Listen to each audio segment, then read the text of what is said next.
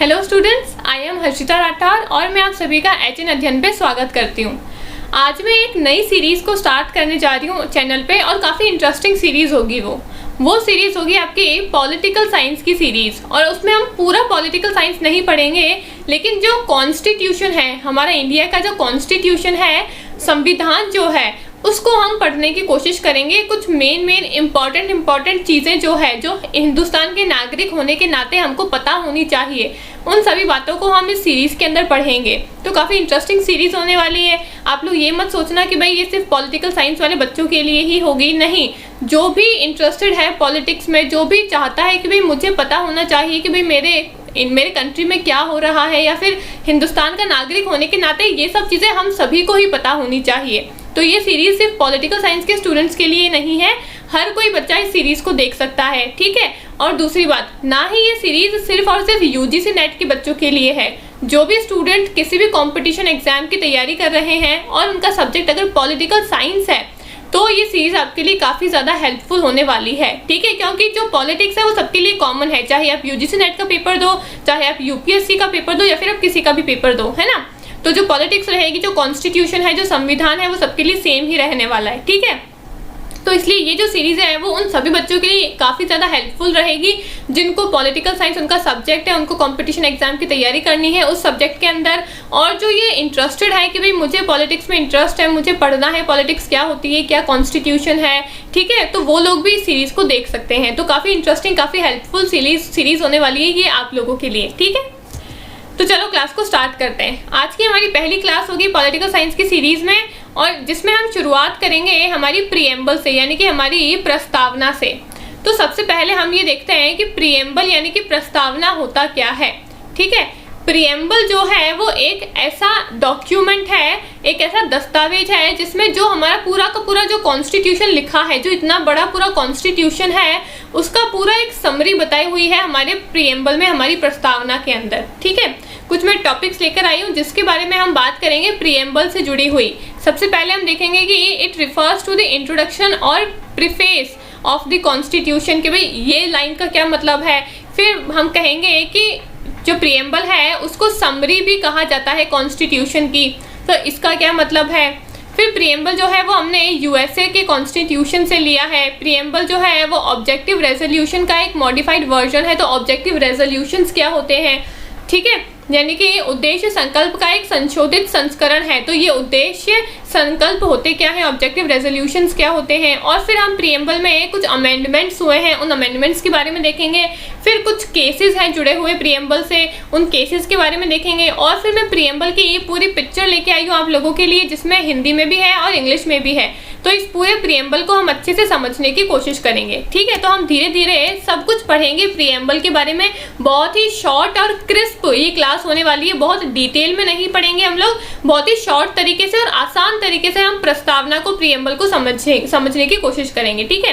तो चलो क्लास को स्टार्ट करते हैं। सबसे पहला है कि प्रीएम्बल के बारे में इसका इंट्रोडक्शन देखें तो it refers to the introduction और प्रीफेस टू द कॉन्स्टिट्यूशन, यानी कि प्रस्तावना से तात्पर्य किसी संविधान की प्रस्तावना या फिर भूमिका से है। अब प्रस्तावना क्या होता है, प्रस्तावना होता है आपका इंट्रोडक्शन, ठीक है।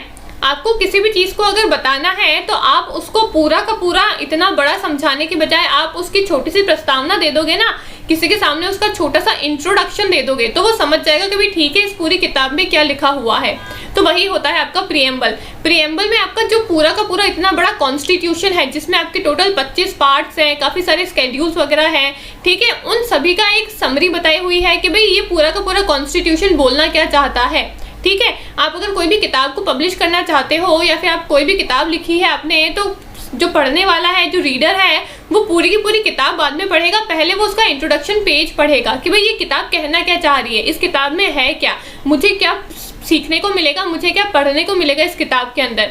फिर वो उसका इंट्रोडक्शन पेज पढ़ेगा, तो उसकी जो प्रस्तावना है, जो इंट्रोडक्शन पेज है, उससे ही वो समझ जाएगा कि भाई अच्छा, इस किताब में इन बातों पे गौर किया गया है और ये सब कुछ मुझे इस किताब में पढ़ने को मिलेगा, ठीक है। तो ये होता है आपका प्रीएम्बल, आपकी प्रस्तावना, जो कि आपके पूरे कॉन्स्टिट्यूशन का एक इंट्रोडक्शन पार्ट है, ठीक है। अब एक बहुत इंपॉर्टेंट बात कि हम प्रीएम्बल को कॉन्स्टिट्यूशन का इंट्रोडक्शन और समरी भी बोलते हैं, यानी कि हम प्रीएम्बल को प्रस्तावना और सार बोलते हैं किसका, हमारे संविधान का। तो इससे क्या मतलब है, इंट्रोडक्शन तो समझ में आ गया, समरी क्या है, ठीक है। और इंट्रोडक्शन और समरी दोनों ही हम कैसे बोल सकते हैं। अब जो प्रिएम्बल जो है यानी कि जो हमारी प्रस्तावना है, जब हमारा संविधान बन रहा था तब सबसे लास्ट में हमारा प्रिएम्बल बनाया गया था, ठीक है। पूरा का पूरा कॉन्स्टिट्यूशन जो है वो पहले बन गया था, उसके लास्ट में हमारा प्रिएम्बल बना था, हमारी प्रस्तावना बनी थी, ठीक है। तो प्रिएम्बल जो है वो सबसे लास्ट में बनाया गया, इसलिए हम प्रिएम्बल को बोलते हैं सार यानी कि समरी, ठीक है। इसलिए यहाँ पे कहा गया है कि इट कंटेन्स समरी और एसेंस ऑफ कॉन्स्टिट्यूशन, यानी कि संविधान का सार समाहित है प्रिएम्बल के अंदर, प्रस्तावना के अंदर, ठीक है। और इंट्रोडक्शन क्या बोलते हैं, क्योंकि आप अगर प्रिएम्बल को पढ़ोगे तो प्रिएम्बल में सबसे पहला पेज जो कॉन्स्टिट्यूशन को अगर आप पढ़ोगे तो कॉन्स्टिट्यूशन में सबसे पहला पेज जो लिखा गया है उसमें आपकी प्रस्तावना लिखी गई है, आपका प्रिएम्बल लिखा गया है, ठीक है। तो इसलिए हम बोलते हैं इसको प्रस्तावना यानी कि इंट्रोडक्शन, ठीक है। तो क्योंकि पूरा कॉन्स्टिट्यूशन बन गया पहले, उसके बाद में सबसे लास्ट में बना है आपका प्रिएम्बल, आपकी प्रस्तावना, इसलिए हम इसको बोलते हैं समरी या फिर सार। और क्योंकि ये कॉन्स्टिट्यूशन में सबसे पहले लिखा गया है तो इसलिए हम इसको बोलते हैं प्रस्तावना या फिर इंट्रोडक्शन, ठीक है। इतनी बात समझ में आई कि प्रिएम्बल को हम इंट्रोडक्शन और समरी दोनों ही बोलते हैं। अब समरी क्यों बोलते हैं, अब इंट्रोडक्शन क्यों बोलते हैं, इसका रीजन आपको पता होना चाहिए, ठीक है। अगली बात, इंस्पायर्ड फ्रॉम यूएसए कॉन्स्टिट्यूशन, यानी कि यूएसए के संविधान से प्रेरित है हमारी प्रस्तावना, हमारा प्रिएम्बल, ठीक है। अब जब हमने कॉन्स्टिट्यूशन बनाया था तब हमने काफ़ी सारी चीज़ें अलग अलग जगह से ली थी। यूएसए से काफ़ी कुछ लिया है हमने, फ्रांस से काफ़ी कुछ लिया है, ब्रिटेन से काफ़ी कुछ लिया है, रशिया से, आयरलैंड से, काफ़ी सारी अलग अलग जगह से हमने अलग अलग फीचर्स को लिया है, ठीक है। तो जो प्रिएम्बल है, जो प्रस्तावना है, वो हमने कहाँ से ली है, वो हमने यूएसए से ली है। हमको पता होना चाहिए, भारत के सिटीजन होने के नाते, इंडिया के नागरिक होने के नाते हमको पता होना चाहिए कि हमने हमारी प्रिएम्बल यानी कि हमने हमारी जो प्रस्तावना है वो कहाँ से बोरो करी है। वो हमने बोरो करी है यूएसए के कॉन्स्टिट्यूशन से, यूएसए के संविधान से, ठीक है। अब बढ़ते हैं आगे, अगला क्या लिखा है, it is a modified version of objective resolutions, यानी कि उद्देश्य संकल्प का एक संशोधित संस्करण है। इसका क्या मतलब है, ये यहाँ पे बोल रहा है कि जो प्रिएम्बल है, जो आपकी प्रस्तावना है, वो आपके ऑब्जेक्टिव रेजोल्यूशंस का एक मॉडिफाइड वर्जन है, एक नया वर्जन है। इसका क्या मतलब है, जब हमारा कॉन्स्टिट्यूशन बन रहा था ना, तब हमारी सबसे पहले बनी थी कॉन्स्टिट्यूएंट असेंबली, ठीक है। कॉन्स्टिट्यूएंट असेंबली बनी थी हमारी 1946 के अंदर। उस कॉन्स्टिट्यूएंट असेंबली में फिर उसकी काफ़ी सारी मीटिंग्स वगैरह हुई थी, ठीक है। उसकी एक मीटिंग में जो नेहरू जी हैं, जवाहरलाल नेहरू जी हैं, उन्होंने दिया था हमारा ऑब्जेक्टिव रेजोल्यूशंस, ठीक है। उद्देश्य संकल्प हमारे नेहरू जी ने दिए थे। अभी ऑब्जेक्टिव रेजोल्यूशंस क्या है, पहले इनको समझते हैं हम। ऑब्जेक्टिव रेजोल्यूशंस में नेहरू जी ने कहा था कि ये कुछ ऐसे उद्देश्य होंगे जिनके आधार पे ही हमारा पूरा का पूरा संविधान बनेगा, ठीक है। कुछ ऐसी बातें बताई गई थी, कुछ ऐसे मौलिक तत्व बताए गए थे, कुछ ऐसे फंडामेंटल्स, ऐसे बेसिक प्रिंसिपल्स बताए गए थे, ऐसे उद्देश्य बताए गए थे नेहरू जी के द्वारा, जिसमें उन्होंने कहा था कि भाई इन उद्देश्यों पे ही हमारा जो पूरा संविधान है वो आधारित रहेगा, यानी कि बेस्ड रहेगा, ठीक है। तो वो होते हैं हमारे ऑब्जेक्टिव रेजोल्यूशंस। तो हमको पता होने चाहिए ऑब्जेक्टिव रेजोल्यूशंस किसने दिए थे, नेहरू जी ने दिए थे। और क्या है ये, इसमें कुछ ऐसे उद्देश्य बताए गए थे, कुछ ऐसी मौलिक बातें थी, कुछ ऐसे बेसिक प्रिंसिपल्स थे, जिसके आधार पे नेहरू जी ने कहा कि इन बेसिक प्रिंसिपल्स के आधार पे ही, इन उद्देश्यों के आधार पे ही हमारा पूरा जो संविधान है वो बनेगा, ठीक है। और जो हमारा प्रिएम्बल है वो इन ही ऑब्जेक्टिव रेजोल्यूशंस का एक मॉडिफाइड वर्जन है। मॉडिफाइड वर्जन का क्या मतलब होता है, एक नया वर्जन है। इसको थोड़ा सा मॉडिफाई करके, थोड़ा नया करके, उन ऑब्जेक्टिव रेजोल्यूशंस को ही हमने थोड़ा सा नया करके हमने पूरी प्रस्तावना यानी कि पूरा प्रिएम्बल बना दिया, ठीक है। जैसे होता है ना आईफोन में, आईफोन 5, 6, 7, 8, फिर 12 आया, 13 आया, उसका नए नए वर्जन्स आते गए, ठीक है। तो यही था आपका ऑब्जेक्टिव रेजोल्यूशन का एक नया वर्जन है आपका प्रिएम्बल, आपकी प्रस्तावना, ठीक है। अब आगे चलते हैं। Preamble is amended only once in 1956 by 42nd constitutional amendment act. Preamble जो है, प्रस्तावना जो है, वो आज तक सिर्फ एक ही बार उसमें अमेंडमेंट हुआ है, यानी कि संशोधन हुआ है। वो कब हुआ था, वो हुआ था 1976 में 42nd कॉन्स्टिट्यूशनल अमेंडमेंट के द्वारा, यानी कि प्रस्तावना को 1976 में केवल 42nd वे संविधान संशोधन अधिनियम के माध्यम से एक बार संशोधित किया गया था, ठीक है। तो आपको पता होना चाहिए हमारी जो प्रस्तावना है वो कितनी बार उसमें अमेंडमेंट हो चुके हैं, कितनी बार उसमें संशोधन हो चुके हैं। सिर्फ एक ही बार हुआ है संशोधन आज तक। और वो कब हुआ था? वो हुआ था 1976 के अंदर। एक अमेंडमेंट आया था, उसको बोलते हैं 42nd कॉन्स्टिट्यूशनल अमेंडमेंट एक्ट, यानी कि 42वें संविधानिक संशोधन अधिनियम आया था।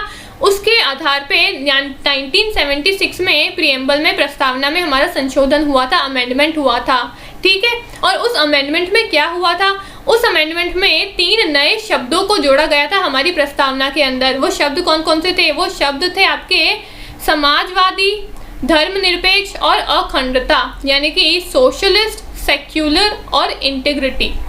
ये तीनों शब्द आपके 42nd कॉन्स्टिट्यूशनल अमेंडमेंट एक्ट 1976 के तहत संविधान में, हमारी प्रीएम्बल में जोड़े गए थे, ठीक है। इससे क्वेश्चन पूछा गया है यूजीसी नेट में, पॉलिटिकल साइंस का जो पेपर होता है उसमें इससे क्वेश्चन पूछा गया है कि 42nd कॉन्स्टिट्यूशनल अमेंडमेंट एक्ट जो आया था उसके तहत हमने जो हमारी प्रस्तावना है, हमारा जो प्रीएम्बल है, उसमें हमने कितने नए वर्ड्स को जोड़ा और कौन कौन से नए वर्ड्स थे वो, ठीक है। तो हमको पता होना चाहिए 3 नए शब्द थे, कौन कौन से? सोशलिस्ट, सेक्युलर, इंटीग्रिटी, समाजवादी, धर्मनिरपेक्ष और अखंडता, ठीक है। सोशलिस्ट क्या होता है? सोशलिस्ट यानी कि समाजवादी, कि हमारा जो देश है वो एज अ सोसाइटी रहेगा, हम सोसाइटी के वेलफेयर के लिए काम करेंगे, समाजवादी देश है हमारा, ठीक है। फिर सेक्युलर, सेक्युलर क्या होता है? धर्मनिरपेक्ष, यानी कि हम किसी भी एक धर्म के प्रति पक्षपात नहीं करेंगे, सभी धर्म जो है वो समान होंगे और सभी को ये अधिकार है कि वो अपने अपने अकॉर्डिंग अपने अपना धर्म को चुन सकते हैं, ठीक है। अगला था इंटीग्रिटी, यानी कि अखंडता, कि हमारा जो देश है उसमें अखंडता बरकरार रहेगी, यूनिटी और इंटीग्रिटी हमारे देश में रहेगी, हमारे देश में भाईचारा और अखंडता रहेगी, ठीक है। तो ये 3 शब्दों को जोड़ा गया था प्रीएम्बल में 42nd कॉन्स्टिट्यूशनल अमेंडमेंट एक्ट के द्वारा, ठीक है। अब हम आगे बढ़ते हैं।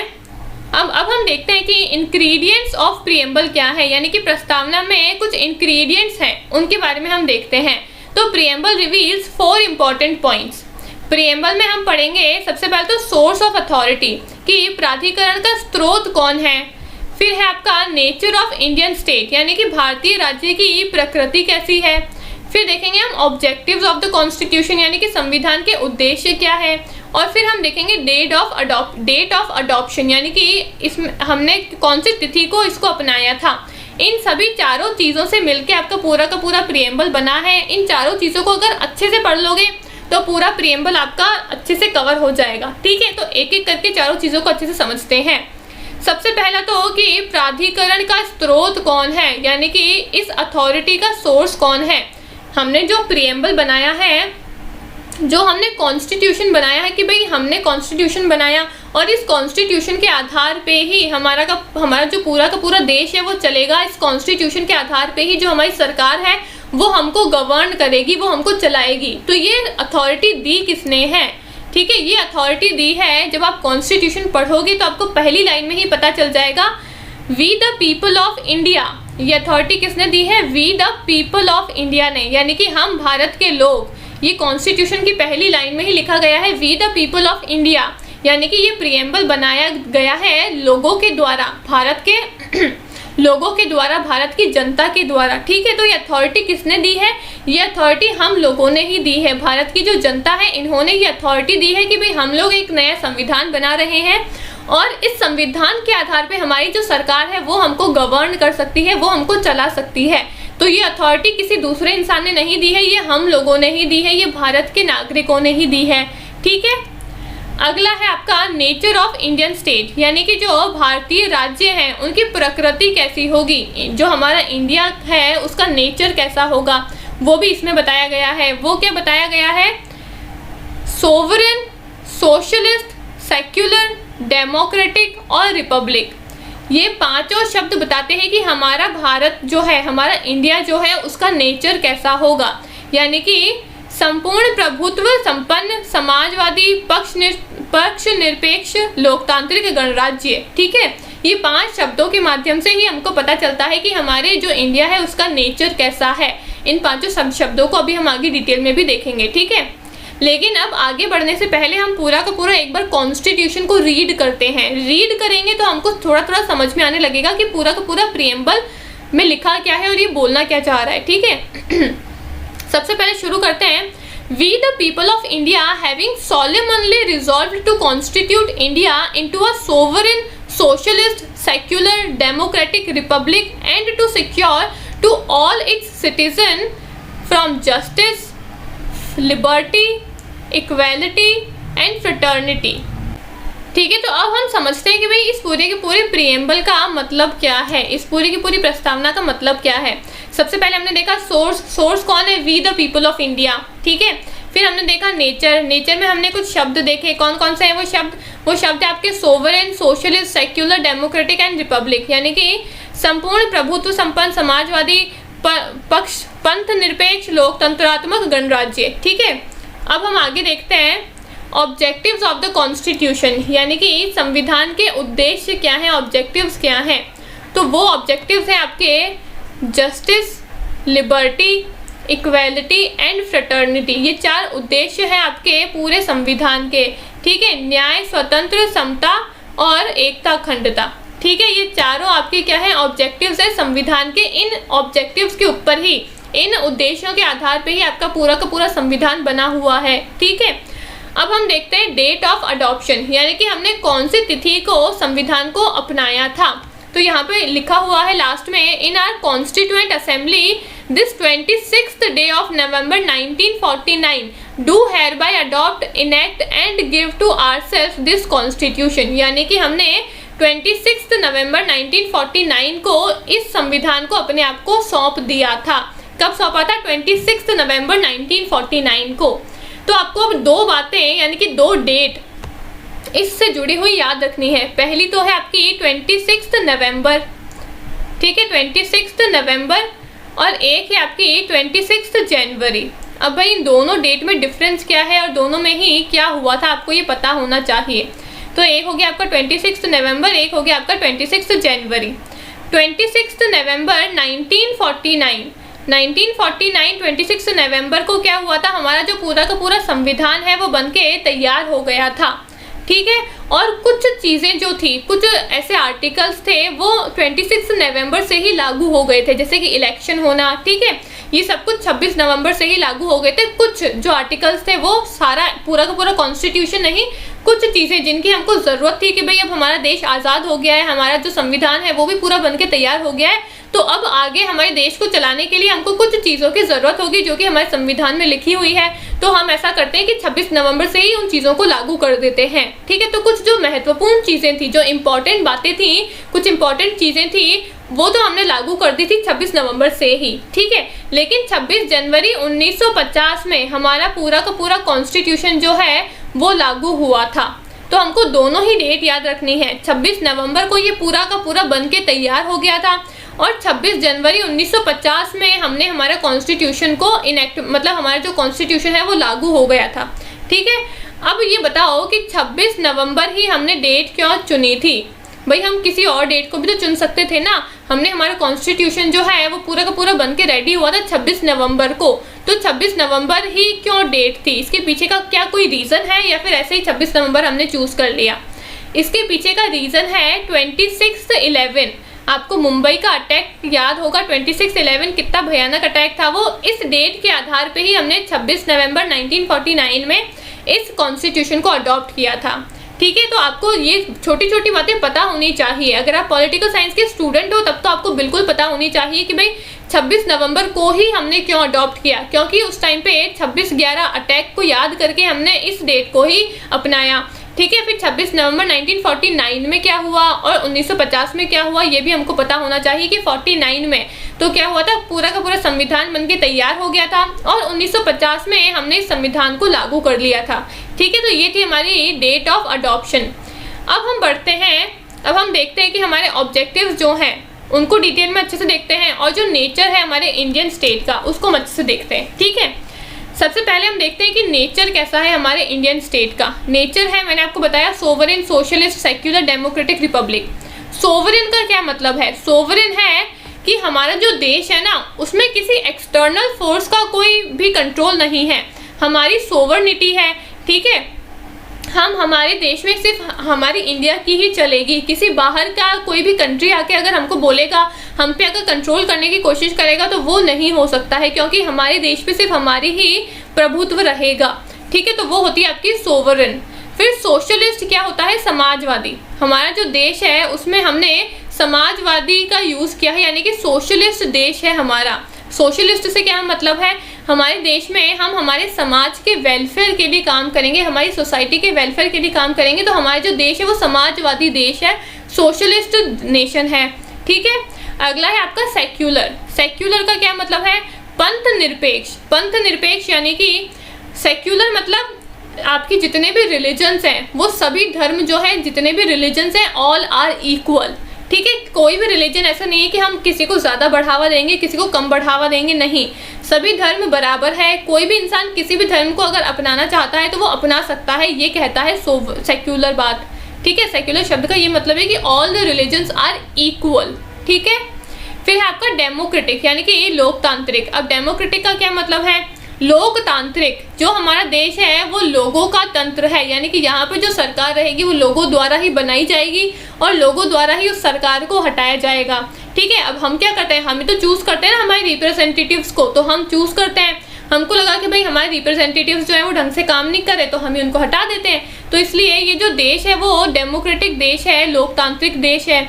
और फिर है आपका रिपब्लिक। रिपब्लिक यानी कि गणराज्य, यानी कि हमारा जो देश है वो उसमें कोई भी हायरार्की नहीं रहेगी। पहले क्या होता था, पहले होता था कि जो राजा होता था फिर उसका बेटा उसका जो अधिकार था वो संभालता था, फिर उसका बेटा उसका अधिकार संभालता था। अब ऐसा नहीं होगा। अब जो है हमारा देश वो जो है वो गणराज्य है, यानी कि रिपब्लिक है। अब जो अथॉरिटी है वो किसके हाथों में है, पब्लिक के हाथों में है, ठीक है। तो रिपब्लिक का यही सिंपल सा मतलब है कि जो हायरार्की फॉर्म जो पहले चलती थी वो नहीं चलेगी। अब जो है वो पूरा का पूरा जो अथॉरिटी है वो जनता के हाथों में है, पब्लिक के हाथों में है। इसलिए हमारा जो देश है वो रिपब्लिक देश है, गणराज्य है, ठीक है। तो ये पांचों शब्द के आपको मतलब पता होने चाहिए और यही है हमारे इंडिया का nature, sovereign, socialist, secular, democratic and Republic, यानी कि संपूर्ण प्रभुत्व संपन्न, समाजवादी, पंथ निरपेक्ष, लोकतंत्रात्मक, गणराज्य, ठीक है। ये तो हुई हमारी बात नेचर की। अब हम देखते हैं ऑब्जेक्टिव्स ऑफ कॉन्स्टिट्यूशन कि हमारे संविधान के उद्देश्य क्या है। सबसे पहला है आपका जस्टिस यानी कि न्याय। हमारे देश में जस्टिस होना चाहिए, न्याय होना चाहिए और इस आधार पे हमारा कॉन्स्टिट्यूशन जो है वो बना हुआ है, ठीक है। और न्याय हमको किस किस तरीके का न्याय मिलेगा, social, economic and political justice हमको मिलेगा, यानी कि सामाजिक, आर्थिक और राजनीतिक न्याय हमको मिलेगा। अगर सोसाइटी में किसी भी तरीके का डिस्क्रिमिनेशन होता है, समाज में किसी भी तरीके का भेदभाव होता है, हमको अगर ज़रूरत है कि भी हमको न्याय चाहिए तो हमको यानी कि सामाजिक न्याय भी मिलेगा, सोशल न्याय भी मिलेगा।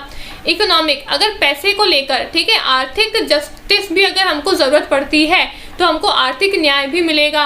और अगर पॉलिटिकल यानी कि राजनीतिक न्याय की भी अगर हमको ज़रूरत महसूस होती है तो हमारे संविधान में उसके बारे में भी लिखा हुआ है, उसके प्रावधान भी है, ठीक है। तो ये है आपका जस्टिस की बात।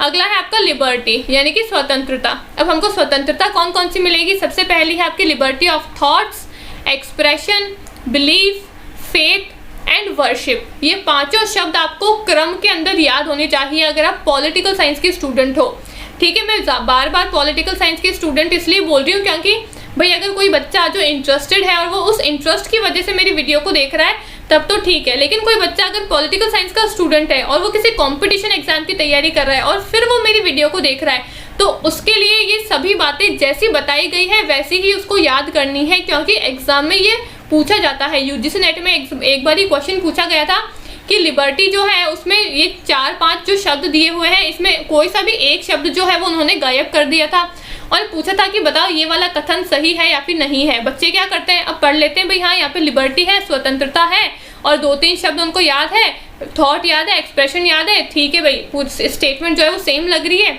कथन जो है वो सेम दिख रहा है, वो सही करके आ जाते हैं। नहीं, आपको पढ़ना है लिबर्टी बताई है, पहली थॉट, दूसरी एक्सप्रेशन, तीसरी बिलीफ, चौथी फेथ और 5वीं वर्शिप। ये पांचों शब्द जो है वो आपके उस कथन के अंदर होने चाहिए। वहाँ पे 5 शब्द तो नहीं थे, 4 ही थे, बच्चों ने ढंग से पढ़ा नहीं और उसको सही करके आ गए। तो इसलिए मैं बोल रही हूँ बार बार कि पॉलिटिकल साइंस के अगर आप स्टूडेंट हो और किसी कॉम्पिटिशन एग्जाम की तैयारी कर रहे हो तो जैसी बातें लिखी गई है संविधान में, प्रिएम्बल में, प्रस्तावना में, आपको वैसे ही उसी क्रम में और वैसे ही याद करना है, ठीक है।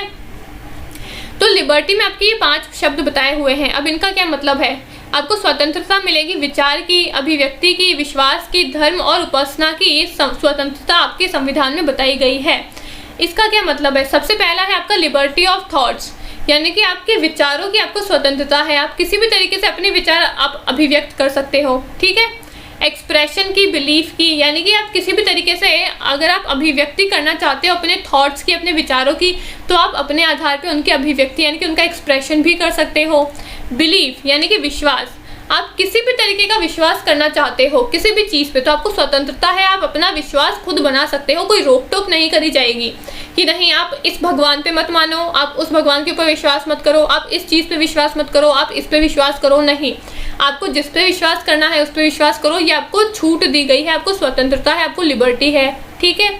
अगला है फेथ एंड वर्शिप, यानी कि धर्म और उपासना। आपको है ना, धर्म को लेकर पूरी की पूरी स्वतंत्रता है, वर्शिप को लेकर पूरी की पूरी आपको लिबर्टी दी गई है। आपको किसी भी भगवान को वर्शिप करना है, किसी भी भगवान को आपको मानना है, उनकी पूजा करनी है, उपासना करनी है, तो आपको ये स्वतंत्रता दी गई है हमारे संविधान में कि आप अपने अकॉर्डिंग अपनी चॉइसेस के आधार पर कर सकते हो, किसी भी चीज़ का कोई भी दबाव, कोई भी रोक टोक नहीं की जाएगी, ठीक है। ये है आपकी लिबर्टी। तीसरा है आपका इक्वेलिटी, यानी कि समानता। समानता किसकी है? Equality of status and of opportunity to promote among them all, यानी कि प्रतिष्ठा और अवसर की समानता प्राप्त करने के लिए। प्रतिष्ठा और अवसर यानी कि स्टेटस की और अपॉर्चुनिटी की। स्टेटस मतलब जितने भी इक्वल लोग हैं उनको इक्वल स्टेटस मिलना चाहिए, ठीक है। अब इक्वल लोगों से इक्वल स्टेटस का क्या मतलब है? स्टेटस का ये मतलब नहीं है कि भाई मैं सपोज अगर मैं कहीं पे जॉब कर रही हूँ, ठीक है, और मेरे को अगर महीने के 10,000 मिल रहे हैं और मेरी फ्रेंड जो है वो कहीं पे जॉब कर रही है, उसको महीने के अगर 50,000 मिल रहे हैं, तो मैं ये नहीं बोल सकती हूँ कि भाई हमारे देश में तो है ना क्या बोलते हैं, समानता का, इक्वेलिटी का प्रावधान लिखा हुआ है, तो मेरे को तो भाई समानता मिल ही नहीं रही है, मेरे को तो 10,000 ही मिल रहे हैं, उसको तो 50,000 मिल रहे हैं। मैं ऐसा नहीं बोल सकती हूँ, ठीक है, क्योंकि यहाँ पे दिया हुआ है इक्वेलिटी ऑफ स्टेटस। इसका मतलब है जो इक्वल लोग हैं उनको इक्वल समानताएं मिलेगी।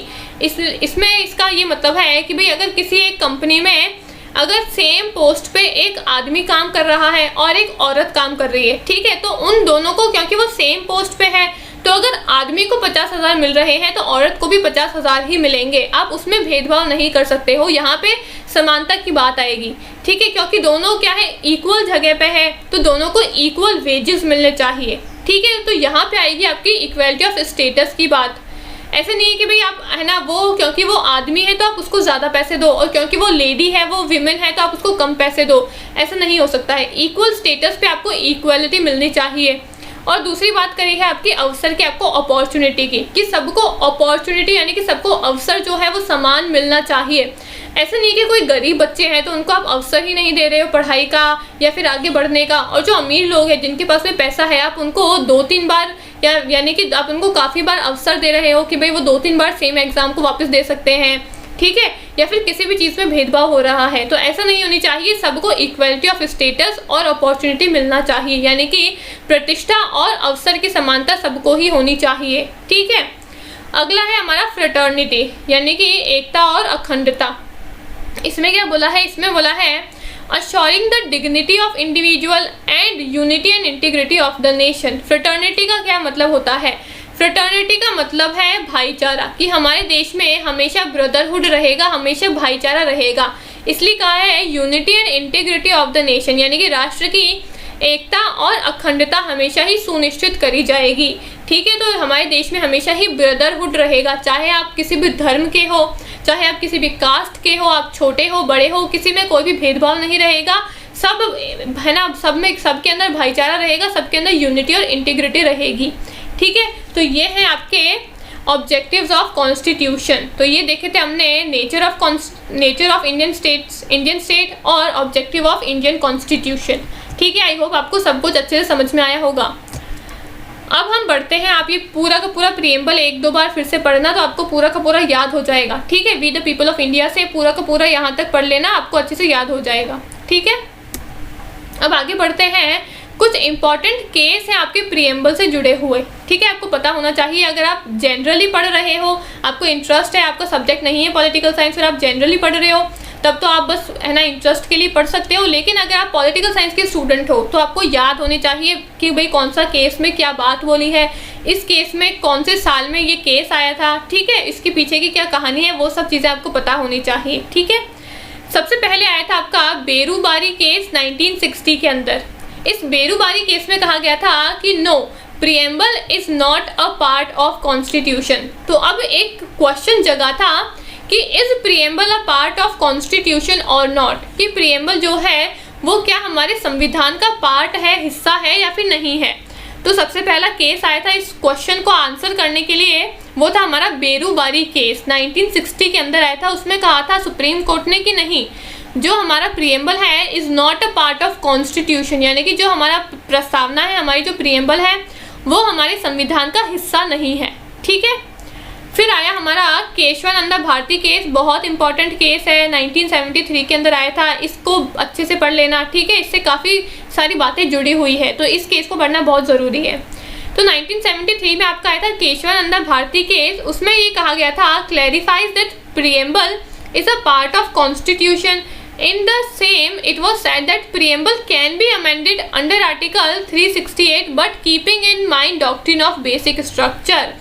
यानी कि केशवानंदा भारती केस में जो 1973 में आया था, उसमें ये कहा गया था, उस जो पहले वाले केस में तो सुप्रीम कोर्ट ने क्या कहा कि नहीं, प्रीएम्बल हमारे संविधान का हिस्सा नहीं है। इसमें सुप्रीम कोर्ट ने वापस से जजमेंट दी और कहा कि हाँ, प्रीएम्बल जो है, हमारी जो प्रस्तावना है वो हमारे संविधान का ही एक हिस्सा है। और उन्होंने साथ ही साथ ये भी कहा कि भाई in the same it was said that preamble can be amended under article 368, यानी कि हम प्रीएम्बल के अंदर संशोधन भी कर सकते हैं अंडर आर्टिकल 368 के तहत, ठीक है। यानी कि आर्टिकल जो 368 है उसमें हमारे अमेंडमेंट के बारे में बताया हुआ है। हम आगे जब ये सीरीज़ को कंटिन्यू करेंगे तो हम इस आर्टिकल के बारे में पढ़ेंगे, ठीक है। तो हमारे आर्टिकल 368 के अंदर अमेंडमेंट के बारे में बताया हुआ है कि हम कैसे संविधान के अंदर अमेंडमेंट कर सकते हैं, चेंजेस ला सकते हैं, ठीक है। तो यही बताया गया था केशवानंदा भारती केस में। सबसे पहली बात तो ये कहा था कि हाँ, प्रीएम्बल जो है वो हमारे संविधान का ही हिस्सा है। दूसरी बात कहा था कि भाई हम आर्टिकल 368 के तहत इस प्रीएम्बल के अंदर चेंजेस भी कर सकते हैं, यानी कि अमेंडमेंट भी कर सकते हैं। लेकिन 1973 के अंदर ही हमारी आई थी डॉक्ट्रिन ऑफ बेसिक स्ट्रक्चर, यानी कि बुनियादी संरचना का सिद्धांत आया था, ठीक है। ये भी हमारे सुप्रीम कोर्ट ने ही दिया था। इसको हम अगली वीडियो में डिटेल में देखेंगे, ठीक है। लेकिन यहाँ पे सिर्फ इतना समझो कि केशवानंदा भारती केस में 3 बातें कही गई है। पहली क्या कही थी, जो प्रीएम्बल है, प्रस्तावना जो है वो संविधान का ही हिस्सा है।